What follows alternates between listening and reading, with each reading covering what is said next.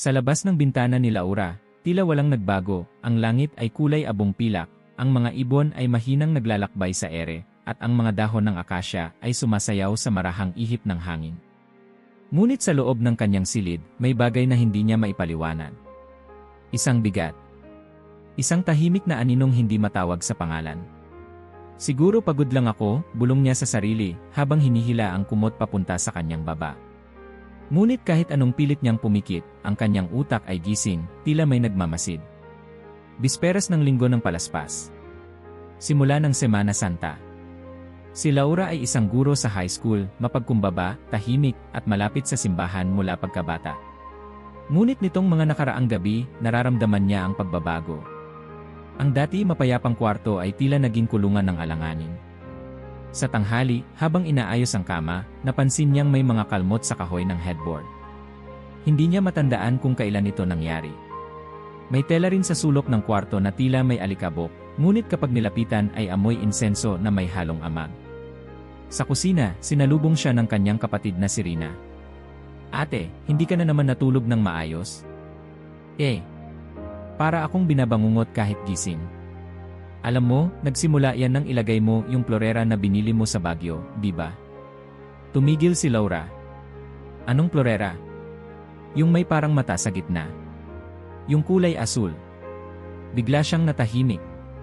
Hindi niya naisip yon. Mabilis siyang bumalik sa silid at tinignan ang plorera. Noon niya lang napansin ang malaantik na disenyo nito, parang may nakaukit na hugis mata sa magkabilang gilid. Noon niya lang talaga tumingin. Kinagabihan, habang humihiga, may marahang kaluskos sa ilalim ng kama. Tumayo si Laura, nilingon ang paligid, at pinakiramdaman ang hangin. Wala. Ngunit hindi rin siya mapakali. Bumalik siya sa kama at binuksan ang Biblia. Binasa ang Salmo 91, gaya ng nakagawian. Ngunit kahit tapos na ang dasal, hindi pa rin siya mapanatag. Sa panaginip, nakita niya ang kanyang sarili sa isang lumang bahay, madilim, luma ang muebles, at puno ng alikabok. Naroon din ang isang matandang babae na nakatalikod. May hawak itong rosaryo, ngunit ang mga butil ay itim, parang nasunog. "Laura," sabi ng boses, "bakit mo sila pinatuloy?" Nagising siyang pawis na pawis. 3:00 ng umaga. Ang oras ng kadiliman, sabi ng matanda sa simbahan noon. Sa tabi ng kama, ang plorera ay tila kumikislap sa liwanag ng buwan. Kinabukasan, dumiretso siya sa parokya. Doon niya hinanap si Padre Samuel, ang kura paroko. Tahimik ito ngunit kilala sa mga taong may mabibigat na pinagdaraanan. "Ano nang nararamdaman mo, Hija?" tanong ng pari habang nakaupo silang dalawa sa harap ng isang kandila. "Mabigat po sa bahay. Lalo sa kwarto ko. Parang hindi ako nag-iisa." Tahimik ang pari ng ilang segundo, tapos ay tumango. "May mga bagay na hindi natin agad nakikita. Pero ramdam ng kaluluwa. Minsan, may mga bagay sa loob ng tahanan natin na hindi dapat naroon." Napakurap si Laura. "Anong ibig ninyong sabihin?" "May mga bagay, regalo, alaala, dekorasyon, na naging daluyan ng enerhiya na hindi galing sa Diyos. Hindi ito abala sa itsura, kundi sa pinanggalingan. Isa lang ang tanong, dinala ba ito ng liwanag o ng anino?" Nagpikit si Laura at napaluha. Hindi niya alam kung dahil sa takot, sa pagkabigla, o sa matagal ng pagod na ngayon lang niya napangalanan. Bago siya umalis, iniabot ni Padre Samuel ang isang maliit na papel. Nakasulat doon ang isang panalangin. Isang hakbang lang ito. Pero sa tamang direksyon. Buksan mo ang mata ng espiritu. Pagbalik sa bahay, hindi siya kumilos agad. Umupo muna siya sa kama. Tumingin sa paligid. Ang plorera. Ang lumang larawang naka-frame. Ang rosaryong iniwang nakasabit sa doorknob.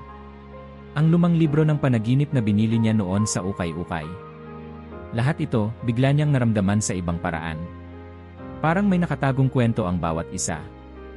O lihim. Lumapit siya sa aparador. Binuksan ang drawer. Doon niya nakita ang isang kahon na matagal nang nakatago. At sa loob ng kahon ang lumang rosaryo ng kanyang lola. Punit na ang tali at may butil na kulang. Noon niya naalala, ang lola ay kilala sa kanilang baryo, hindi lang bilang mananampalataya, kundi bilang taong mahilig sa orasyon. Napahawak siya sa dibdib. "Marami pa pala akong hindi alam," mahina niyang bulong. Sa gabing iyon, bago siya matulog, binuksan niyang muli ang Salmo 91. Ngunit ngayong gabi, sa halip na basahin ito bilang panalangin, binigkas niya ito na parang panata. Bawat salita, nilasap. Bawat linya, sinuklian ng pananampalataya.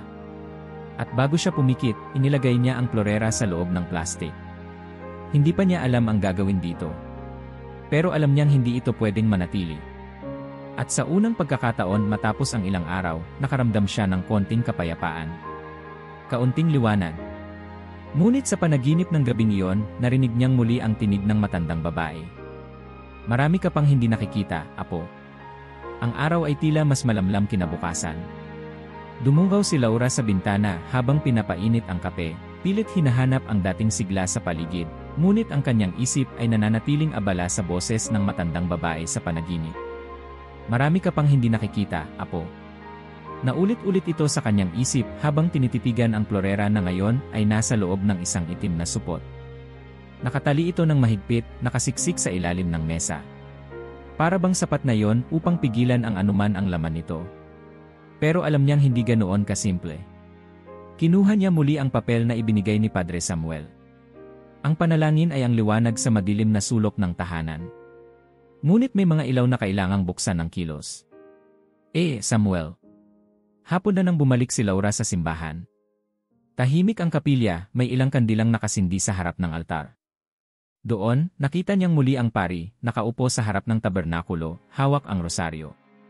Padre, mahina niyang tawag. Umiti ang matanda at tumango. Umupo ka, Hija. Sabihin mo sa akin ang lahat. Sa loob ng mahigit 30 minuto, ikinuwento ni Laura ang lahat, ang bangungot, ang bigat sa kwarto, ang klorera, ang lumang rosaryo ng kanyang lola. Sa bawat salaysay, tumitindi ang pagkakabuo ng larawan sa isip niya na baka nga totoo ang sinasabi ng pari. Na may mga bagay sa kanyang silid na hindi lang basta bagay. Tahimik si Padre Samuel habang nakikinig. Ngunit sa kanyang mga mata, may pagka-alerto, parang matagal na niyang alam ang ganitong kwento. Laura, mahinahong sabi nito, may mga bagay sa ating tahanan na minsang naging saksi sa kadiliman. Hindi man natin sinasadya, nadadala natin ito sa ating mga espasyo, at ito'y nagiging tulay. Tulay, Padre. Tulay ng enerhiya. Tulay ng impluensya. Hindi lahat ng galing sa ibang bansa ay pasalubong. Minsan, pasanin. At minsan, hindi lahat ng mukhang banal ay banal. Napatungo si Laura. May kung anong gumapang sa kanyang bato. Gusto ko pong linisin ang silid ko, Padre. Pero hindi ko po alam kung paano. Simulan mo sa tanong, saan galing ito? Para saan ito? Ano ang naidudulot nito sa akin ngayon? Kung hindi mo kayang sagutin, baka hindi mo rin kayang panagutan. Kinagabihan, binuksan ni Laura ang ilaw sa kwarto na para bang unang beses niyang papasok doon. Tumingin siya sa paligid, hindi bilang may-ari ng mga gamit, kundi bilang tagamasid. Ang una niyang pinuntahan, ang espelho. Isang antigong salamin na minana pa sa kanyang tiyahin, si Tia Aurora. Kakaiba ang disenyo nito, gintong frame, may ukit na tila mga mata sa gilid. Hindi ito nabigyang pansin noon, ngunit ngayon, tila ito'y nakatingin din sa kanya. Naalala niya, si Tia Aurora ay kilala sa kanilang lugar sa Batangas bilang imang gagamot. Marami raw itong ginagawang bukas ng third eye sa mga kapitbahay. Noon, binabaliwala lang ni Laura ang usapan. Pero ngayon iba na ang dating. Tinakpan niya ang salamin ng puting tela. Sumunod, ang amuletong dekorasyon sa aparador. Dinala niya ito mula Thailand, regalong binili sa night market. May nakaukit na simbolo at mata sa gitna. Noon, naisip niyang i-exotic. Ngayon, tila may tingin ito na sinusundan siya. Inilagay niya ito sa tabi ng klorera. Pangatlo, ang crucifix na nakasabit sa ulunan ng kama. Napansin niyang may lamat ito sa ilalim. Hinawakan niya at biglang nalaglag ang piraso ng kahoy. Wala namang hangin. Wala rin siyang nahawakan na iba. Hindi niya maiwasang mapaupo. Parang bumigat ang paligid.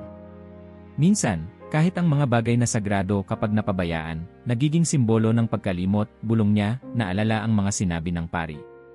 Pumasok si Rina, may dalang prutas. Ate, okay ka lang? Bakit parang nag-aayos ka ng kwarto na parang naglilinis ng kasaysayan? Ngumiti si Laura, pilit. Kasi parang iyon nga ang kailangan. Kinabukasan, nagsimula si Laura sa isang simpleng ritual.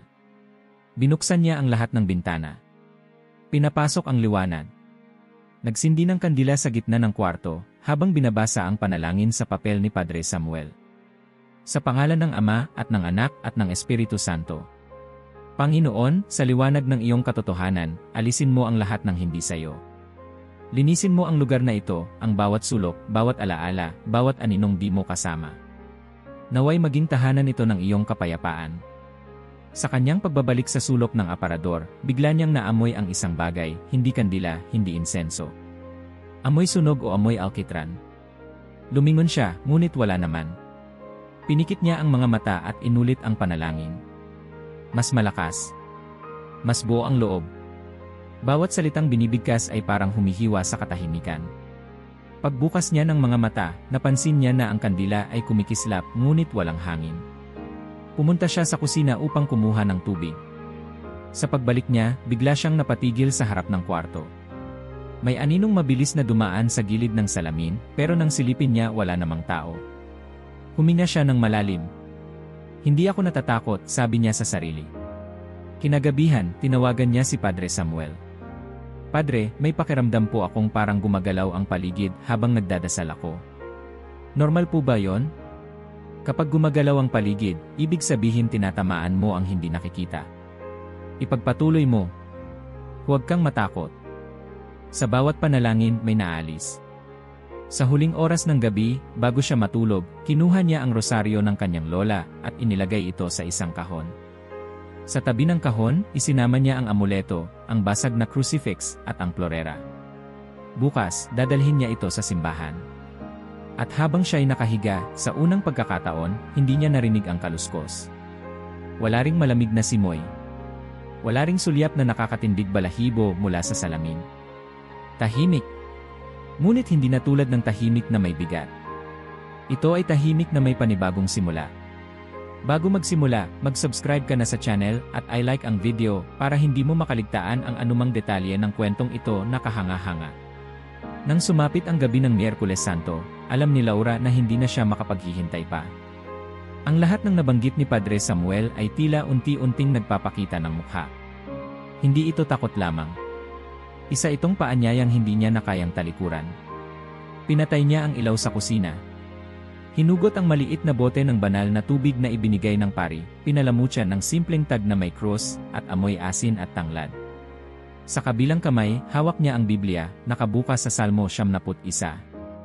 Umupo siya saglit sa harap ng kanyang altar, isang simpleng lamesa sa sulok ng kwarto na may imahe ng mahal na ina at isang kandilang puti.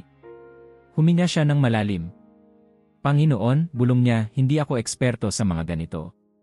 Pero alam kong may hindi tama sa kwarto kong ito. At ngayong gabi, simula ito ng paglilinis.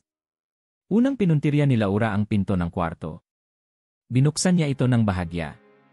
Sa kanyang pagwiwisik ng banal na tubig, isang malamig na simoy ng hangin ang dumaan. Walang bintanang bukas. Wala ring electric fan. Napasinghap siya. Napalingon. Wala. Nagpatuloy siya. Habang binibigkas ang Salmo 91, unti-unting tumataas ang kanyang boses. Hindi dahil sa lakas, kundi sa kumpiyansa.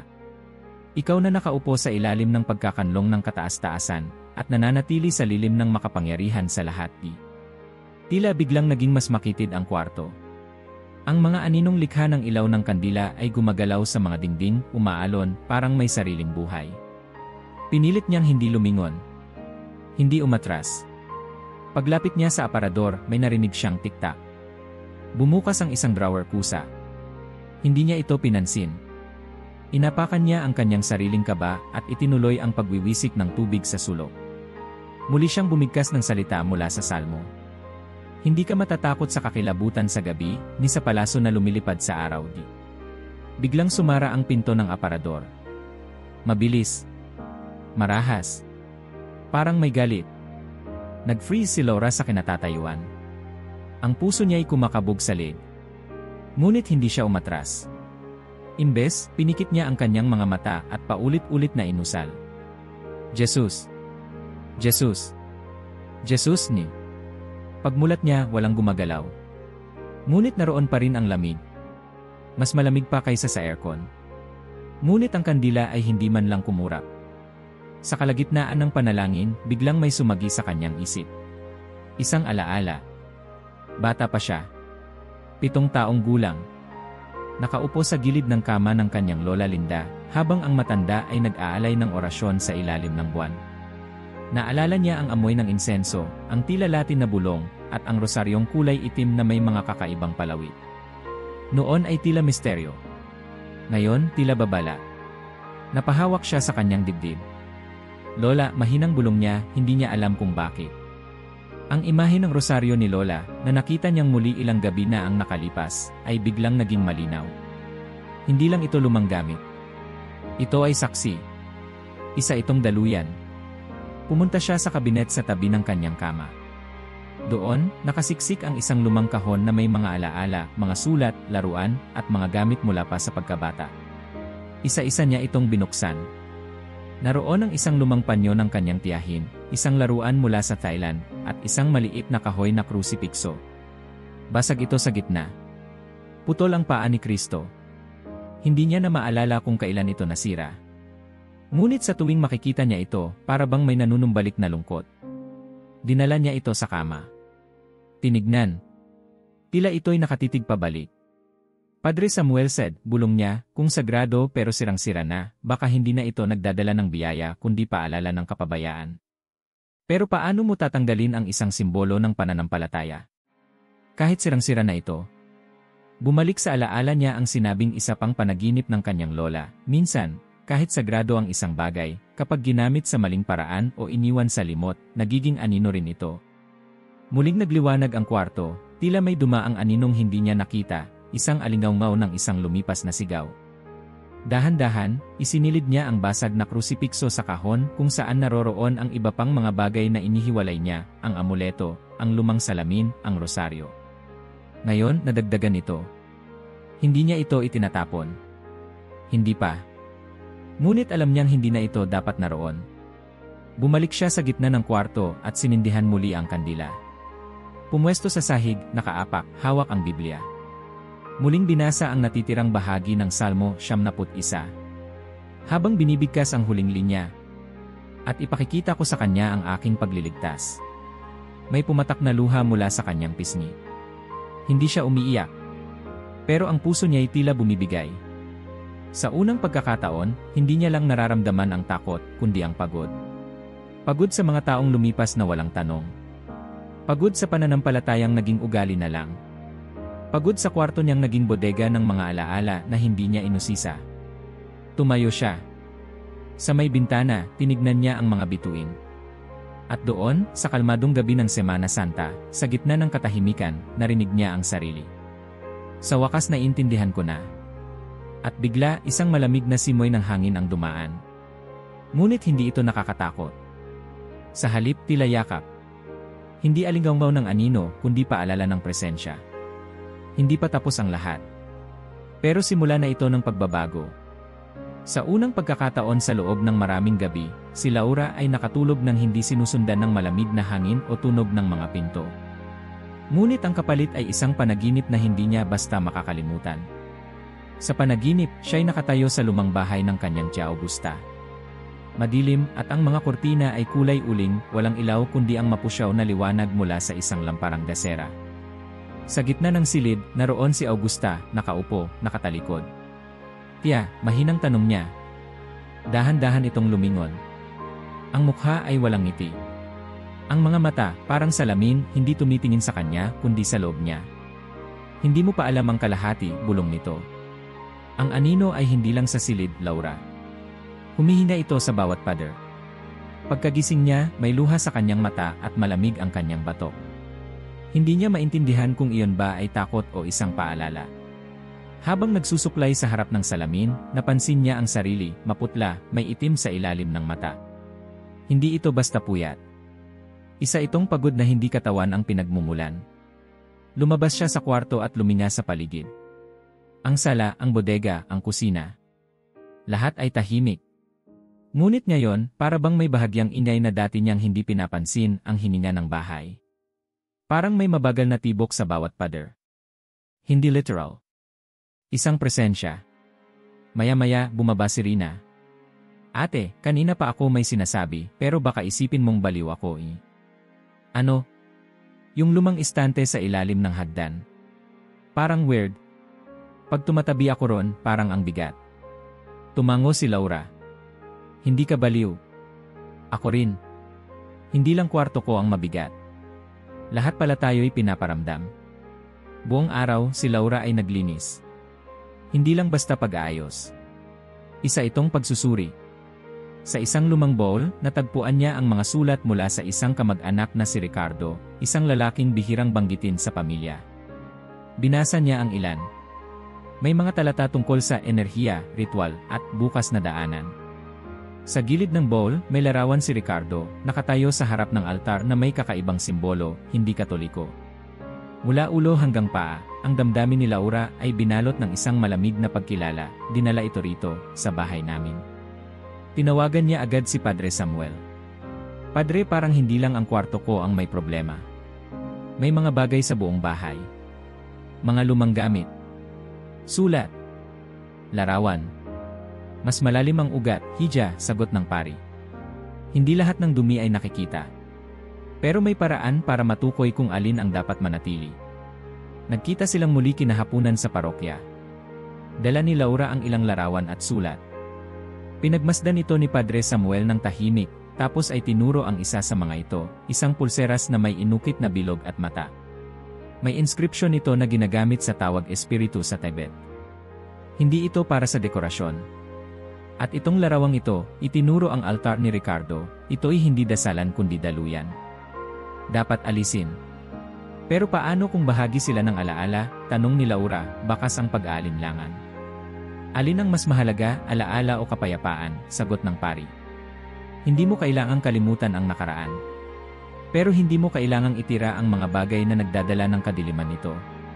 Pag-uwi, pinasya ni Laura na harapin ang buong bahay bilang isang mapa ng alaala, at ngayong gising na siya, kaya na niyang tukuyin kung alin ang may bigat.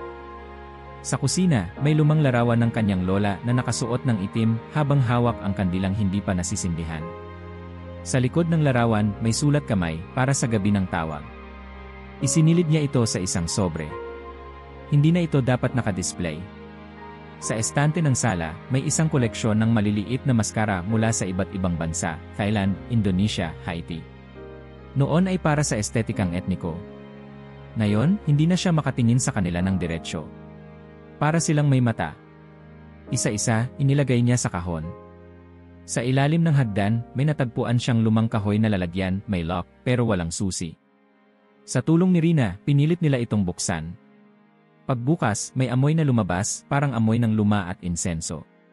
Sa loob, mga sulat na nakatiklop sa papel na parang parchment, at isang maliit na tela na may pula at itim na sinulid. Anong tingin mo dito? Tanong ni Rina. Hinawakan ni Laura ang tela. Tumayo ang balahibo niya sa batok. Isasama ko na to sa mga ipapasuri kay Padre. Kinabukasan, nagbalik si Laura sa simbahan, dala ang kahon. Isa-isang ininspeksyon ni Padre Samuel ang laman. Sa bawat item, sinabi nito kung alin ang kailangang sunugin, alin ang pwedeng ibalik sa simbahan para sa pagsira, at alin ang pwedeng itapon basta't may dasal. Binigyan din siya ng bagong panalangin para sa kabuuang bahay. Hindi lang para sa silid, kundi para sa tahanan. Kinagabihan, kasama si Rina, sinimulan nila ang panalangin sa sala. Panginoon, sabay nilang bigkas, sa bawat dingding na saksi sa aming kasaysayan, hayaang ang iyong liwanag ang siyang manahan. Kung may anino mang nananatili, ilantad mo at itaboy. Habang nagsisindi sila ng kandila sa bawat sulok, mararamdaman ang pagbabago. Hindi mabilis. Hindi biglaan. Pero andoon, sa anyo ng kalmadong hangin, sa katahimikang hindi mabigat, sa kakulangan ng tensyon sa pagitan nilang dalawa. Bago matulog, hinarap ni Laura ang altar sa kanyang silid. Ngayon, wala na ang sirang krusipikso. Nasa gitna ang isang bagong imahe ng mahal na ina, at sa tabi ay isang rosaryo na siya mismo ang bumili at pinagdasalan. Marami pa akong kailangang matutunan, sabi niya, pero hindi na ako natutulog na bulag. At sa kanyang likod, sa liwanag ng kandila, ang anino sa pader ay hindi na tila may buhay. Ito na ay aninong galing sa liwanag at hindi mula sa kung saan man. 2 araw na ang lumipas mula nang simulan ni Laura at Rina ang paglinis sa bahay, hindi lamang sa pisikal na paraan, kundi espiritual. Ngunit sa kabila ng mga pagbabago, may isang bagay pa ring hindi matahimik. Isang kahon. Maliit, kahoy at tinatawag siya. Nasa ilalim ito ng kanyang kama, ang huling kahon na hindi pa niya binubuksan mula nang magsimula ang paglilinis. Doon nakasilid ang lumang rosaryo ng kanyang pinsang si Eladio. Si Eladio ay pumanaw 5 taon na ang nakalilipas, isang lalaking kilala sa kanilang angkan bilang magaspang ang ugali, mainitin ang ulo, at minsan ay nasangkot sa karahasan. Sa kabila ng lahat, palagi niyang daladala ang rosaryong iyon, at iniwan ito kay Laura 1 linggo bago siya mamatay. Naalala pa ni Laura ang eksaktong tagpo. "Sa'yo na to," sabi ni Eladio habang iniabot ang rosaryo. "Makasalanan man ako, baka sakaling sa'yo magamit yan ng tama." Nang mga panahong iyon, hindi pa siya lubos na naniniwala sa espiritual na impluensya ng mga bagay. Para sa kanya, ang rosaryo ay rosaryo, simbolo ng pananampalataya, anuman ang pinagmulan. Ngunit ngayon hindi na ganoon ang pananaw niya. Tumayo siya sa harap ng kama, inilabas ang kahon, at marahang binuksan. Naroon pa rin ang rosaryo. Itim na butil ang talii kupas na. May bitak sa gitnang krusipikso, at ang mukha ni Kristo ay halos mabura na sa katagalan. Habang hawak ito, may dumaloy na bigat sa kanyang mga daliri. Isang lungkot. Isang galit. Isang alaala ng sigaw, suntok at luha. Tila sinisigaw ng rosaryo ang kabuuan ng kasaysayan ni Eladio, at sa paghawak ni Laura, tila bahagya niya iyong pinapasan. "Rina," tawag niya. "May kailangan akong gawin." "Ako lang." "Wala bang delikado?" tanong ng kapatid. "Hindi naman. Pero ito kailangan kong harapin mag-isa." Sa likod ng bahay ay may maliit na bakuran na hindi na nila gaanong napupuntahan. May punong mangga sa sulok, at sa ilalim nito ay lupaing tuyot, hindi inaapakan. Doon nagtungo si Laura, hawak ang rosaryo sa isang kamay, at isang maliit na pala sa kabila. Hindi siya sigurado kung ito ba ang tamang gawin. Ngunit nararamdaman niya ito ang kailangang gawin. Lumuhod siya. Huminga ng malalim. At habang hinuhukay ang lupa, inusal niya ang panalangin. "Panginoon, ito ay gamit na minsang ginamit para sa dasal, ngunit po ng alaala ng sakit. Ngayon, nais ko po itong ibalik sa lupa bilang tanda ng pagputol sa tanikalang hindi sa inyo." Tumulo ang luha sa pisngi niya habang isinusuksok ang rosaryo sa maliit na hukay. "Kung ito'y ginamit ng may galit, ng may kadiliman, linisin mo. At kung ito'y hindi mo na nais manatili sa aking tahanan, ako'y sumusunod." Inilibing niya ito ng may paggalang, hindi bilang pagtataboy, kundi bilang pagbitaw. Pagbalik sa loob, isang katahimikan ang bumalot sa buong bahay. Hindi tulad ng dating katahimikan na puno ng bigat at tanong, ito ay magaan, parang bagong hugas. Walang gumagalaw, ngunit may pakiramdam na tila may nakaalis. Parang may bintanang nabuksan sa loob ng kanyang dibdib. Sa kanyang silid, inilabas niya ang bagong biniling crucifix, makintab, kahoy, at malinis. Isinabit niya ito sa ulunan ng kanyang kama, at sa tabi nito, isang larawan ng mahal na Birheng Maria, hawak ang batang Jesus. Sa kabilang panig, inilagay niya ang rosaryong personal niyang ginagamit, maayos at buo, laging dasal ang kaakibat. Umupo siya sa kama. Hawak ang Biblia, binasa ang Salmo 51. "Likhaan mo ako, O Diyos, ng malinis na puso, at muling likhain sa loob ko ang isang matibay na espiritu." Muli siyang tumingin sa paligid. Walang naiwan sa silid na hindi niya tinanong, tinimbang, at pinagdasalan. Ang mga frame sa dingding ay pawang imahe ng pananampalataya. Ang kandila ay mabango. Ang mga sulok ay malinis, hindi lamang sa alikabok kundi sa pakiramdam. Nang gabing iyon, bago matulog, lumuhod si Laura sa harap ng kanyang maliit na altar. "Maraming salamat, Panginoon," sabi niya. "Dati ay akala ko sapat na ang pananampalataya kung naniniwala ako. Ngayon, naiintindihan ko, dapat ding alagaan, linisin, at ipaglaban." Sumunod ay katahimikan. Ngunit sa katahimikang iyon, may tunog siyang narinig. Hindi ingay. Isang huni ng ibon sa labas. Sa gitna ng dilim ng gabi. Hindi niya maalala kung kailan huling may dumaan na ibon sa bakuran nila sa ganitong oras. Napangiti siya. Kinabukasan, gumawa siya ng schedule. 6 oras dasal sa altar. 12 oras Salmo ng pasasalamat. 9 oras rosaryo bago matulog. Hindi na ito dahil sa takot, kundi bilang pangangalaga sa bagong kapayapaang dumating. Sa hapong iyon, tinawagan siya ni Padre Samuel. "Kumusta na, Hija?" "Padre," sagot ni Laura, "tahimik na po. Pero hindi na ako bulag. May mga bagay po tayong kinakaligtaan sa tahanan na akala natin ay walang epekto. Pero ngayon, ramdam ko na, kapag ang tahanan ay binuksan sa liwanag, umaayaw ang anino." Ganyan ang kapangyarihan ng paninindigan. Hindi sapat ang paniniwala, kailangan ding linisin ang altar. Sa kanyang silid, pinatay niya ang ilaw. Ngunit sa dilim, hindi siya nag-iisa. Naroon ang liwanag ng kandila. Naroon ang krusipikso. Naroon ang panalangin. At sa pinakagitna ng katahimikan, naroon ang Diyos. Lumipas ang 3 araw mula nang inilibing ni Laura ang rosaryo ni Eladio, at simula noon, para bang bumaligtad ang mundo sa loob ng kanilang tahanan. Hindi ito dramatikong pagbabago, walang mga ilaw na biglang sumindi o mga milagro sa hangin. Sa halip, dumating ito sa mga anyo ng maliliit na bagay, tahimik na gabi, mahimbing na tulog, at ang kakaibang gaan sa paggising. Isang umaga, habang nagtitimpla siya ng kape, napansin niyang bumati si Rina sa kanya na may ngiti. Hindi yung tipikal na kapatid na nakatira sa parehong bahay na ngiti, kundi isang ngiting parang sinasabi, "Nararamdaman ko rin ang pagbabago." "Ate," sambit ni Rina habang nagbubukas ng bintana, "alam mo bang hindi na ako nagigising sa gitna ng gabi?" Sagot ni Laura, "Ako rin." Parang normal na ulit ang bahay. Napatingin silang sabay sa paligid. Wala namang bago sa dekorasyon. Pareho pa rin ang kulay ng pader, ang luma nilang mesa, at ang mga upuan.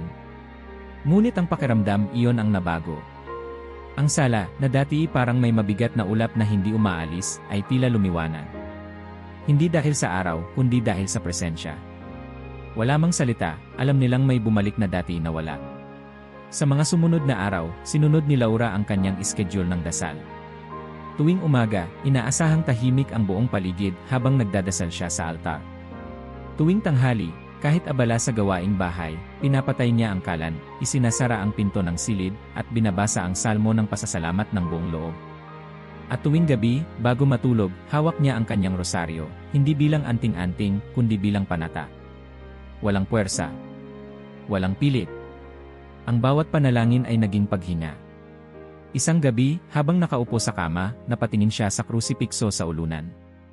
Wala nang bitak. Walang lamat.